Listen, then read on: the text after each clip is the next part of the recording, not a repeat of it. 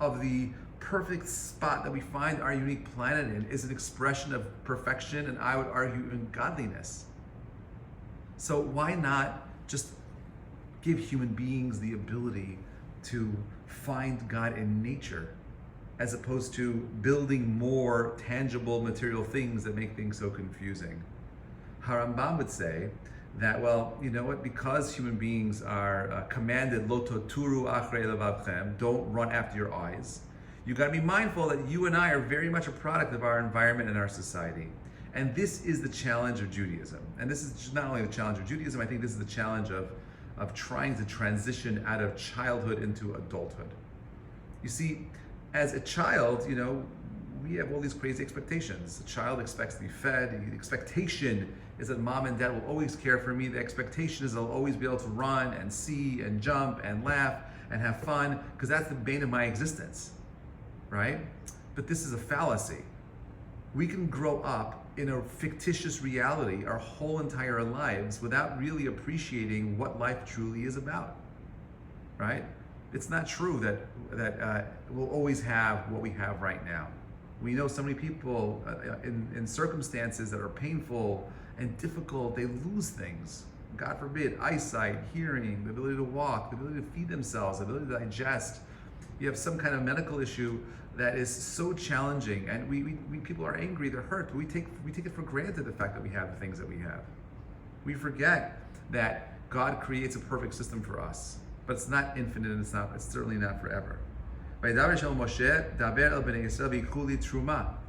He's saying, why take from me truma? And we know the question, well, why does it say vayikhu li truma?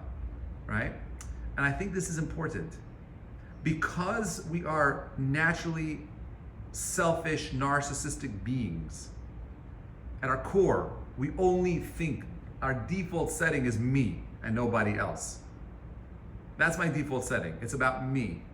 And if my default setting is me, the Torah is telling us over here, by the way, vayikhu li truma. Sometimes you got to push someone, you got to encourage someone to give, right? You got to force them to give.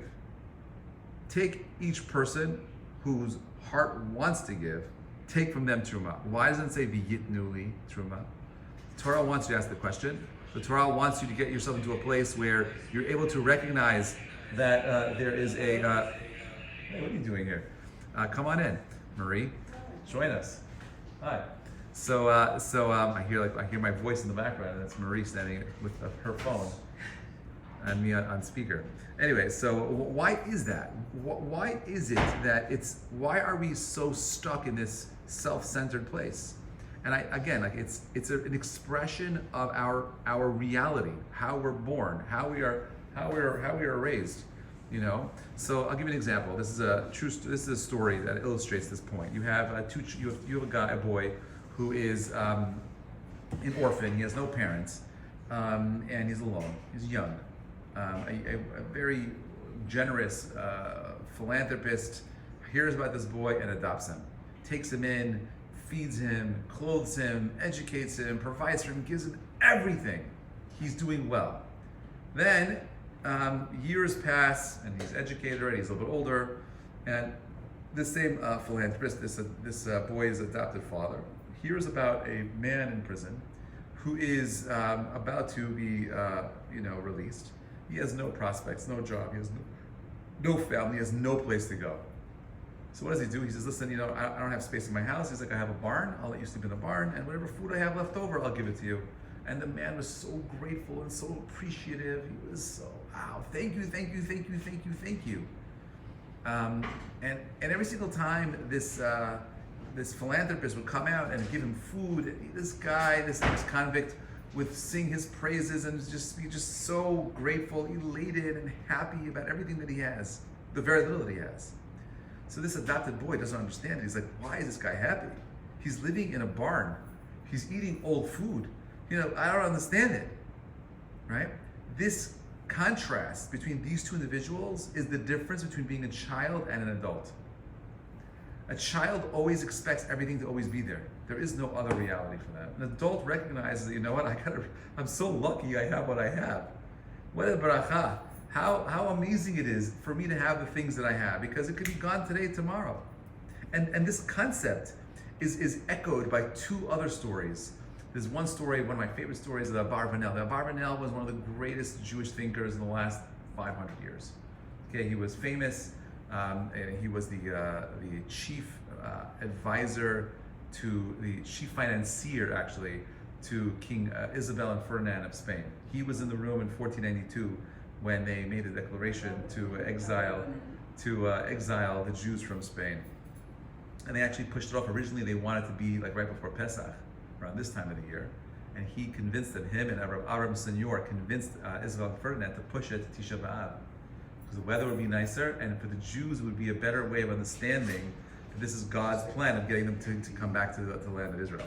Anyway, Kitzur, in a nutshell, what happens is the King Ferdinand says to Isabel, to Abarbanel, tell me, I want an accounting of all of your possessions. I want to know how much money you have. So he tells them like 7,000 Duncans, whatever the coinage was over there. So they knew that he was worth way more than that. So the king, sends out his own, I guess, tax collectors to tally how much money the Abarbanel has. And it turns out, he doesn't include his real estate. He doesn't include all of his other vineyards in Portugal. The guy was worth millions. So he says to the king, calls him, Abarbanel, he's like, the king is taking possession of all of your lands. You lied to me. You stole from me. I asked you to give me a tally of everything that you have, to give me a tally of the things that you have, and you missed out all these things. So the Abarbanel says, listen, king, whatever you want, anything I have is the king's, it's all yours, by my life, my life is yours as well. But if the king would have told me to give me a tabulation of all my physical possessions, I would have given it to you, but you asked me what are the things that I have, and the only things that I have are the things that I gave away. Right? I wasn't lying to you. The only things that I own are the things that I gave away. And this is like a kind of branch into this famous story of the Ben Ish Chai. The Ben Ish Chai tells a story of a father and a son. And the father and the son are sitting outside, and the father sees 10 pigeons sitting on a roof. And the father says to the son, okay, he's trying to teach you math over here. He says, son, what happens if you take a bow and arrow, and you kill one of the birds? How many birds do you have left? So the boy says, you have one. So the father says, no, you don't understand. He's like, look at your hands. You have 10 fingers, right? And you have one of the birds are shot. How many birds do you have left, right? So the boy says, only one. Because after you shoot that first bird, all 9 other birds will fly away, right? Very smart kid, right? This is this idea that like what we actually own are the things that we give away. Well, how does this all tie into the Pasha, right? Well, what does it to do with the Egel? What does it to do with the Mishkan? What does it to do with the 10 Commandments and so on and so forth? This is one of the hardest things for a rabbi, an educator to express in a way that's meaningful. And that is, how do I get people to recognize that there's something more to who and what they are? If you look at the Mishkan from a bird's eye view, on top you have the Aharon. Okay, you have the Aharon, and it's separated by a parochet. Then you have the what's it called? The menorah, whose purpose is to illuminate, to help you see. You have the shulchan, which purpose is called the showbread, to see. Right, you don't eat it the whole week. The shulchan is a table. There's a special table in the oil that had 12 loaves of bread on it. It was called the showbread. Right, God's not eating it. Okay, and then underneath that you had the mizbeach for smelling. It was an incense mizbeach, and then outside you had the mizbeach, which had the real fire where you sacrifice the animals on it, which is the mouth. Yeah. So you look at it from a bird's eye view.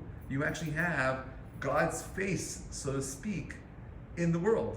The menorah, the Aharon is the what? Is the God's mind. It's the Torah. It's the luchot. It's everything. And you have the eyes, the nose, and the mouth. Does God want us to have an anthropomorphic, a material way of looking at Him? No, that's not what it's about. And I think what God is asking us to look at when we're reading these parshiot leading up to the Chet HaEgel, because the Chet HaEgel was really what about? It was about how we want to relate to God, and not about how God wants us to relate to Him. There's a difference over here. If this happens in relationships, so often in relationships, we don't think about what the other person wants in the relationship. We're only concerned about what we want to experience in the relationship. And a healthy relationship is where two people take into consideration what the other wants. When both people are considerate of the other person's wants. That is how you build a healthy, happy relationship. And similarly with Borei Olam, with God, we're supposed to be asking ourselves, what does He want from us in this relationship? Not just what do I want from Him. We're always asking for everything. What does He want me to do for Him? So listen to what it says over here. It says over here like this: Zot Terumah asher tikhu mi'itam zav. You can take this, right? I want you to go ahead and I want you to take these Terumah from them and take all these things: Techelet, Argaman, Shani, Shesh, V'izim, Orot, skins, all kinds of stones, Besamim, L'Shem Mishcha, Avnei Shoham, Avnei Miluim, all kinds of precious gems. Suli Mikdash, make me a temple, make me a sanctuary. V'shechanti betocham, and I will dwell amongst them. All right? Well, what do you mean betocham? It's in the plural. You just said asuli mikdash, make me a mikdash, make me a holy place, make me one space that I can go ahead and dwell in, right? And then you're saying, make me this one place and I will dwell in them. Who's the plural? Who's the them? He didn't ask us to make us temples around the world. He asked us to make us a portable temple until we get to Yerushalayim, and then after that, v'shechanti b'tocham, in them. Who's the them, my friends? Do you know who God wants to reside in? Us. He wants to reside in us. That's right. He wants to reside in us. But in order for Him to reside in us, we have to become like God. What does it mean to be like godly? How do you and I become godly? Giving. That's right. Excellent. Because God is the ultimate giver. He's constantly giving. The fact that you and I are able to have this conversation, we could see each other. For those of you that are watching or listening, hear each other, right? We could experience, we could think, we could question. All of this is God's constant, Him showering down love on us. He wants us to be godly. How do I become godly? By being constantly reminded of what am I doing for the world around us. Like the CDC 2 weeks ago released a terrifying study. Okay, they say in the United States of America, they did this study this year. They said that 1/3 of all teenage girls in the United States of America have had suicidal thoughts. This is a crazy number. 1/3 of young women, teenagers. That's like the prime. That should be the most fun, happy thoughts. Why are they thinking these things? And I have a suspicion it has to do with this pasuk. You see, if you look at the rise and fall of every single society throughout history, there's always one theme over and over again. Look at it, Google it yourself. Why did the rise and fall of Egypt, rise and fall of Greece, Sparta, Persian Empire, every empire, it came and went because of one thing, right? It was all about power, money, and pleasure, or all just pleasure. And when you create a society that is based on what can I take from it, the society begins to fall apart. The founding forefathers of this country understood that capitalism was a powerful system only if it was predicated on this notion that you and I feel a sense of responsibility to give back. But taking and taking and taking and not thinking about giving and giving and giving is depression. We know this. We just read. We did this. Rosh Chodesh Adar was yesterday and the day before. We say Mishenichlas Adar Marbim B'Simcha. We're supposed to increase our joy. How do we increase our joy? What does that mean? I should be going out and having more steak. I should be drinking more. Go more parties. How do you and I create a space where we can have more simcha? What does that look like? So let's go back to the Aleph Bet for a second. I'll teach you a very cool thing. You're gonna love this. Okay, Aleph in Judaism always represents number one. Number one, true number one, is only God. It's true, this is one box of tissues, but this is not the only one. There's millions of them. The only one that truly exists is Borei Olam. What's the bet? The bet is like this, right? The bet reminds you can't understand what happened before. You can't understand the one. There's a limitation to number one. But the bet also reminds us that we got to build a bayit. We got to build a house for ourselves. Okay, what is this house going to be predicated on? What comes after bet? Gimel. What does Gimel represent? The word Gimel represents Gemilat Chasadim. Gomel Chasadim.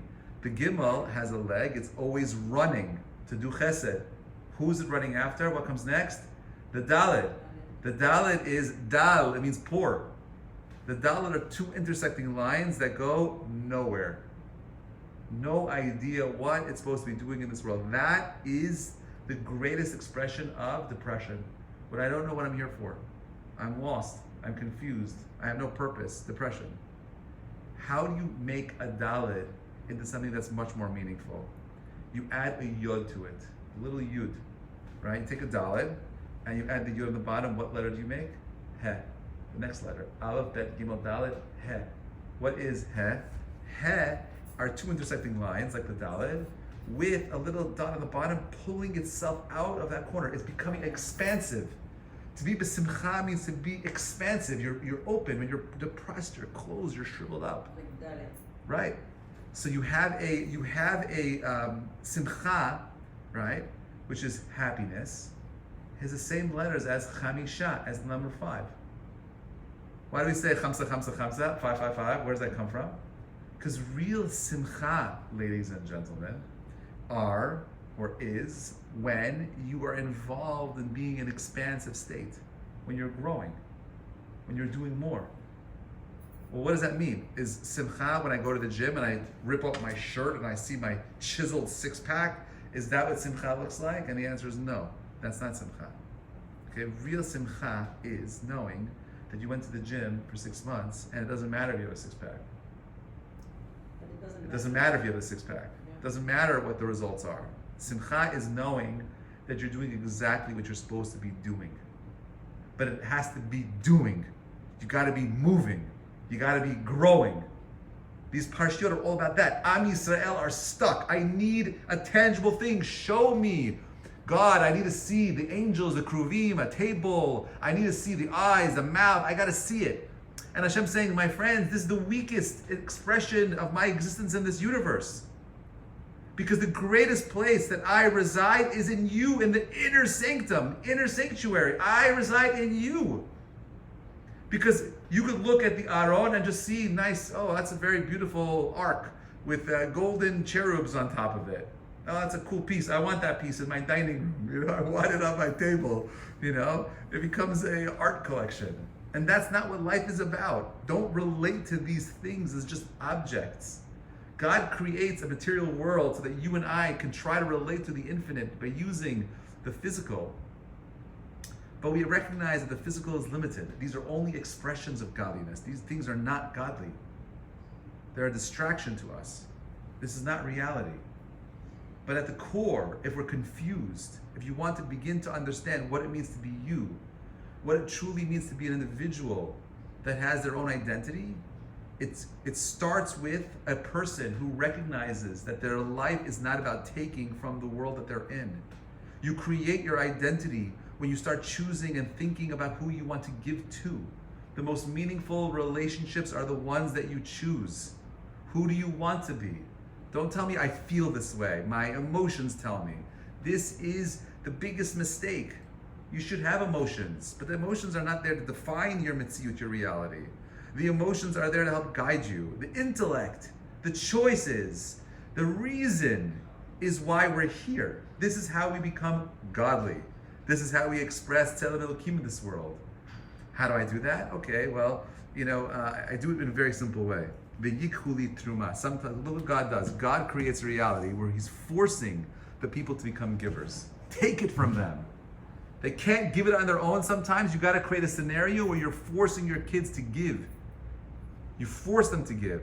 How do I do that? Well, okay, I'm not giving you money anymore. Go get a job, right? I'm not pampering you. Go make dinner. Go wash your clothes. I got to create a scenario where they got to take care of me. If I'm always going to be in a state where I'm giving and giving and giving, you've read the Giving Tree by Sheldon Silverstein, right? Yeah, it's a sad, sad story. It's a horrifying story, but a true reality of our culture, and it's dying. When you create a society that is only concerned about the consumption itself, it destroys itself. The rise and fall of a great nation always begins with a narcissistic society. That's true over and over again. You're seeing it happen right now in China. In the next 30 to 40 years, China will lose 2/3 of its population. You understand? By the year 2050, there will only be 350 million Chinese left on the planet, because currently most of the population is over the age of 65. They don't have the ability of replacing the jobs because it's always about a me society. The only reason why, by the way, America is surviving is because of our immigration and because of South Americans that have large families, mostly Mexicans. Okay? That's just the way it is. Without them, this country would be in trouble also. So what does the Torah want from us? What does Terumah want from us? It's saying, hey, Terumah is a charity to give, an offering. What does the Parashah want from us? It wants us to become godly. And the first step, I'm not saying it's the only step, it's one in many steps. But the first step is to transform us from selfish children into mature adults that understand that with the act of giving comes responsibility, the act of developing ourselves, the act of choosing and growing. And in this process of us thinking about the other, providing, caring for, giving to, we bring God into the world. And where does he reside? Right here, in your inner sanctuary, in your hearts. That's what I want. I want to create a world where human beings recognize that the world is a beautiful place. It's perfect. It's created with the perfect counterweight so that each of us can choose to make this world great.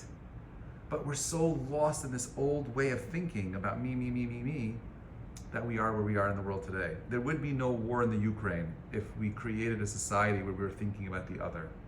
There would be no skirmish with China if we were thinking. We would not waste. Do you know how much money every year is wasted on budgets around the world for military use? Who are we fighting? We're fighting each other for what? It's one people. If I nuke you, I nuke the whole planet. What are we doing? Like, why are we thinking like children? What are we doing? Of course we don't see God in the world, because you know what we see? We only see ourselves. And it's so funny, God created us we don't have the ability of seeing ourselves. I only have the ability of seeing the people across from me. He created us so that we could be aware of the other. And all we do is we live in here and we're thinking in here and we're not thinking about the other. Venapachu. This is the month where we're supposed to break free. This is the month where we're supposed to add to our simcha. What does it mean to add to our simcha? How are you growing every single day in this month? This is the month of change. This is the month of making venahapachu, of taking something that was flowing in one direction and moving it in the opposite direction. Sorry about that. So I'm going to end with the following. I give you all a beracha. May you recognize that you are a walking sanctuary that has the ability of possessing the infinite within yourselves. And the way in which you unlock that door is by choosing to want to be an other-focused person. You are more important than the kelim in the Mishkan. You are bigger than everything that's happening on the planet. And believe me when I tell you that yes, you, like I, all of us, have the ability of making this world a greater place. Only when we live a life of simcha, when we know that we're doing exactly what we're supposed to be doing. This is what the month of Adar is about. I'll prove it to you. Ready? What is the mitzvah of Purim? Mitzvah of Purim is Megillah, okay, hearing the story. Number 2 is Mishalach Manot, giving baskets of food to people whom? The people you're not talking to. And then lastly, it's Matanot Avyanim, giving money to the poor. Why is this the month of happiness? Because it's here where we actually begin to create a kinyan, type of an acquisition of what it truly means to be us. Wishing you all a Shabbat Shalom Avarach. Thank you so much for joining me. And Bezrat Hashem, we'll continue the conversation next week.